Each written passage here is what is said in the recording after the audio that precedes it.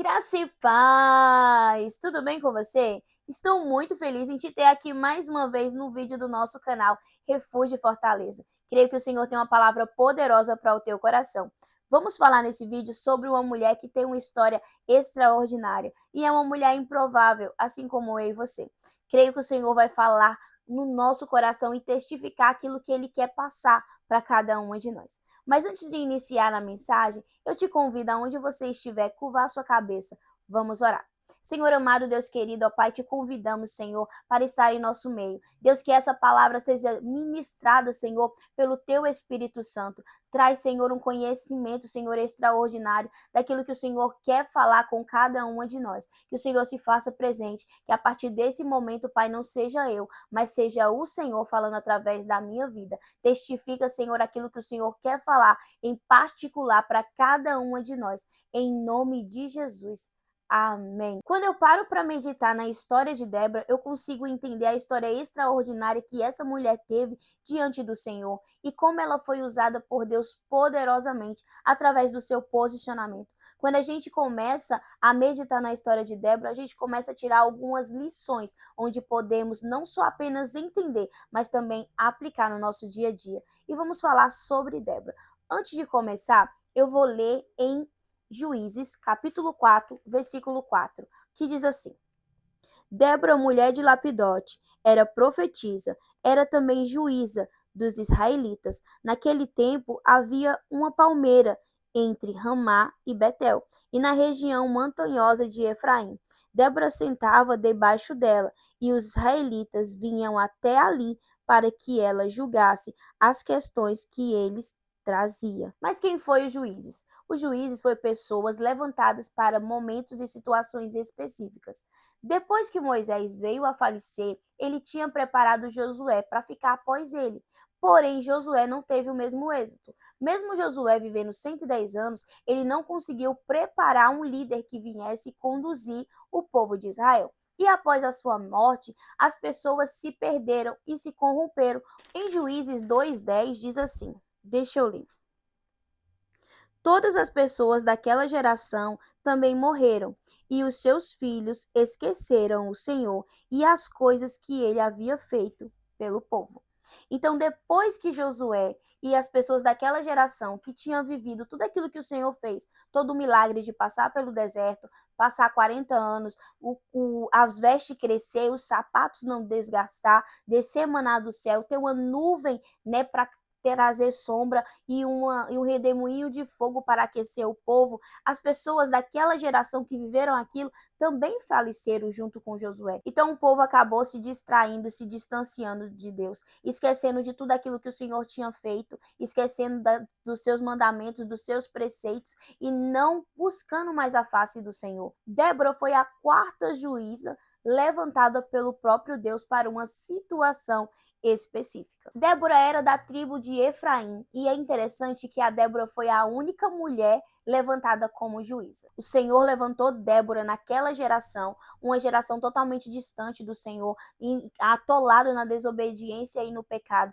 para que ela se posicionasse e fosse resposta. A gente pode entender que o contexto daquela época não era favorável para a mulher, porém o Senhor levanta uma mulher improvável para um tempo difícil, para se posicionar, para ser usada por ele. É interessante também entender que os dias atuais em que vivemos também não é favorável para nós que somos mulheres ou para qualquer um que queira se posicionar e realmente viver o extraordinário do Senhor. Débora se posicionou em uma situação totalmente difícil e que ela precisaria de muita força, determinação e a presença de Deus. Eu gosto de olhar para Débora como uma mulher que não teve desculpa. Eu sei que muitas de nós inventam milhões de desculpas. Ah, mas eu sou casada. Ah, mas eu tenho um filho. Ah, mas eu tenho um trabalho. Ah, mas eu tenho tanta coisa para fazer. Ah, eu tenho muitas coisas e acaba que não sobra tempo para que eu venha estudar, para que eu venha posicionar, para que eu possa levar a palavra do Senhor. É interessante que Débora não tinha desculpa. A palavra de Deus fala que ela era casada com Lapidote. E eu acredito que ela era casada Débora que ela tinha sim o seu esposo e que ela tinha os seus afazeres de todos os dias, como qualquer um de nós. Porém, ela tinha um coração aberto, sensível a ouvir a voz de Deus e se colocar na presença dele para fazer a vontade dele. Então, Débora era uma mulher que não tinha desculpa na ponta da língua, mas ela tinha força de vontade de levar a palavra do Senhor na ponta da língua. Quando fala que Débora ela era uma profetisa, mostra que ela era usada pelo Senhor, que ela ouvia o Senhor. Então, realmente ela tinha um relacionamento com Deus. Quando fala que ela era juíza, mostra para a gente também, para o nosso entendimento, que ela tinha autoridade, que ela era vista de uma forma diferente, porque a autoridade de Deus estava sobre ela. A função da juíza é ela dar direcionamento, ela escutar a causa, né? Ela julgar e direcionar da melhor forma possível. A função de profetisa é ela ouvir a voz de Deus e interpretar e passar para as pessoas aquilo que Deus está falando. Então, a Débora, ela tinha essas duas vertentes nela. Então, o Senhor usava ela das duas formas. Precisamos deixar bem claro que Débora era boca de Deus naquela época e naquela geração. Talvez o Senhor está te convidando para também ser boca dele nessa época e nessa geração. O Senhor está te convidando para despertar em vocês dons. O Senhor está te convidando para te levantar e para te posicionar de uma forma estrondosa, usando você como ele usou também a Débora. Talvez você esteja pensando, mas naquela época era muito mais fácil. Deixa eu te dizer, não. O contexto daquilo que a Débora estava vivendo junto com o povo de Israel era 20 anos de escravidão, onde eles eram humilhados e oprimidos. A gente precisa entender que os dias atuais não é diferente de antigamente, porém quando a gente se posiciona, assim como Débora se posicionou, o Senhor pode usar a nossa vida estrondosamente. E em meio ao caos, em meio à dor que aquele povo estava passando, e Débora também estava junto, porque ela estava ali junto com eles, ela também estava passando, eles foram até a Débora, para que Débora conversasse com Deus, para que Débora intercedesse pelo povo diante de Deus. É interessante a gente entender que as causas do povo eram julgadas geralmente na porta da cidade. Porém, Débora não julgava as causas do povo na porta da cidade. Ela julgava debaixo da palmeira. A Débora, ela não ia atrás das pessoas para fazer algo, mas as pessoas vinham atrás dela. Isso testifica que as pessoas entenderam aquilo que ela carregava da parte de Deus. A palmeira é uma árvore pequena e curta, porém com raízes profundas, onde o vento bate, ela até dobra, né, enverga no caso, mas não quebra. E ali era onde a Débora julgava as causas. Então a gente entende que ela não queria holofote, ela não queria glória para si. Esse lugar que a Débora escolheu era um lugar saudável, era um lugar onde tinha saúde, não era um lugar disputado, era o lugar que ela encontrou para que ela pudesse ter paz para estar fazendo aquilo que o Senhor determinou que ela fizesse. E quando a gente estuda sobre cores, a gente entende que o verde ele traz paz, frescor e equilíbrio. A Débora escolheu um lugar saudável, onde eu pudesse ter paz, equilíbrio para fazer a vontade de Deus. E diante da situação que elas viviam, Débora sabia quem ela era diante de Deus e que o Senhor havia chamado ela para ser juíza e profetiza. Porém, a situação necessitava de uma guerra e ela sabia que ela não iria, ter como exercer essa função, porque o Senhor não chamou ela para isso. Então ela mandou chamar Baraque, filho de Abinoam, para que ele fosse, o general, para que ele conduzisse aquela guerra que era necessária. E ela depois, ela conta para ele aquilo que o Senhor já tinha prometido, que o seu adversário vinha com seus carros, porém a vitória seria dele. Mesmo Débora profetizando, sendo boca do Senhor na terra, falando que aquela guerra estava ganha, ele preferiu acreditar naquilo que ele estava vendo. E realmente, aos olhos humanos, diante da quantidade de carro, diante do exército que Jabim tinha, seria impossível o povo de Israel ganhar. Porém, Baraque se encheu de medo e ele não acreditou, ele não teve fé o suficiente para acreditar que seria verdade. Baraque não teve essa fé, não teve esse entendimento e ele chamou para que Débora fosse com ele. E quando ele convida ela para ir com ele, diz que só vai se ela for, ela se posiciona, vai junto e tudo mais. Porém, não era essa a vontade de Deus. O Senhor queria entregar a vitória na mão de Baraque. Mas como ele rejeitou, a vitória não foi para a mão dele. Quem derrotou esse inimigo que seria para Baraque derrotar mas ele não teve fé o suficiente, foi uma mulher. No contexto dessa história, quando a gente começa a iniciar a ler a profecia que Débora fala, a gente acha que ela está se referindo a ela mesma, porém não. Ela estava se referindo a Jael, uma mulher improvável também que foi usada com aquilo que ela tinha. Quando a gente olha para o contexto de Jael, que entra junto com a Débora, né, para estar ali trabalhando a favor do Senhor, e isso mostra que o Senhor também chama mulheres, que o Senhor convida mulheres para estar trabalhando na sua obra, e que o Senhor dá força, que o Senhor dá autoridade. A gente pode perceber as armas que Jael ela tinha, né, para trazer a derrota. Ela não estava com escudo, ela não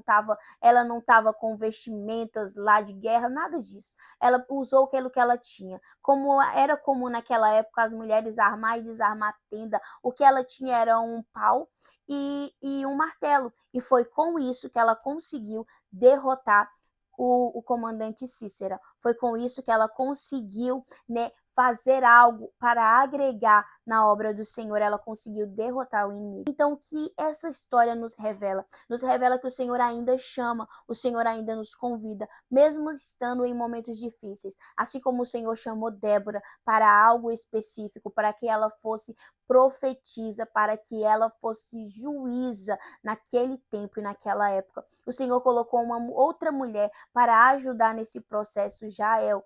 Jael era uma mulher, né, totalmente improvável, que estava na sua casa, talvez cuidando dos seus afazeres, do seu esposo, né, da sua casa. A Bíblia não fala dos filhos, mas vamos supor, talvez ela tinha. Então, a gente precisa entender que ela estava ali, cuidando. Nem Jael se sentiu maior do que Débora, pelo fato que foi ela que derrotou esse inimigo de Israel, nem Débora se sentiu maior do que ela, pelo fato de ser profetisa e ser juíza. Então não teve competição entre elas, que muitas vezes é o que há entre nós, principalmente nós que somos mulheres. Muitas vezes a gente se acha inferior a uma ou se acha maior do que outra, quando na verdade não somos. Somos chamadas para um único reino. Lá em Isaías 49:15 diz assim, eu vou ler para vocês.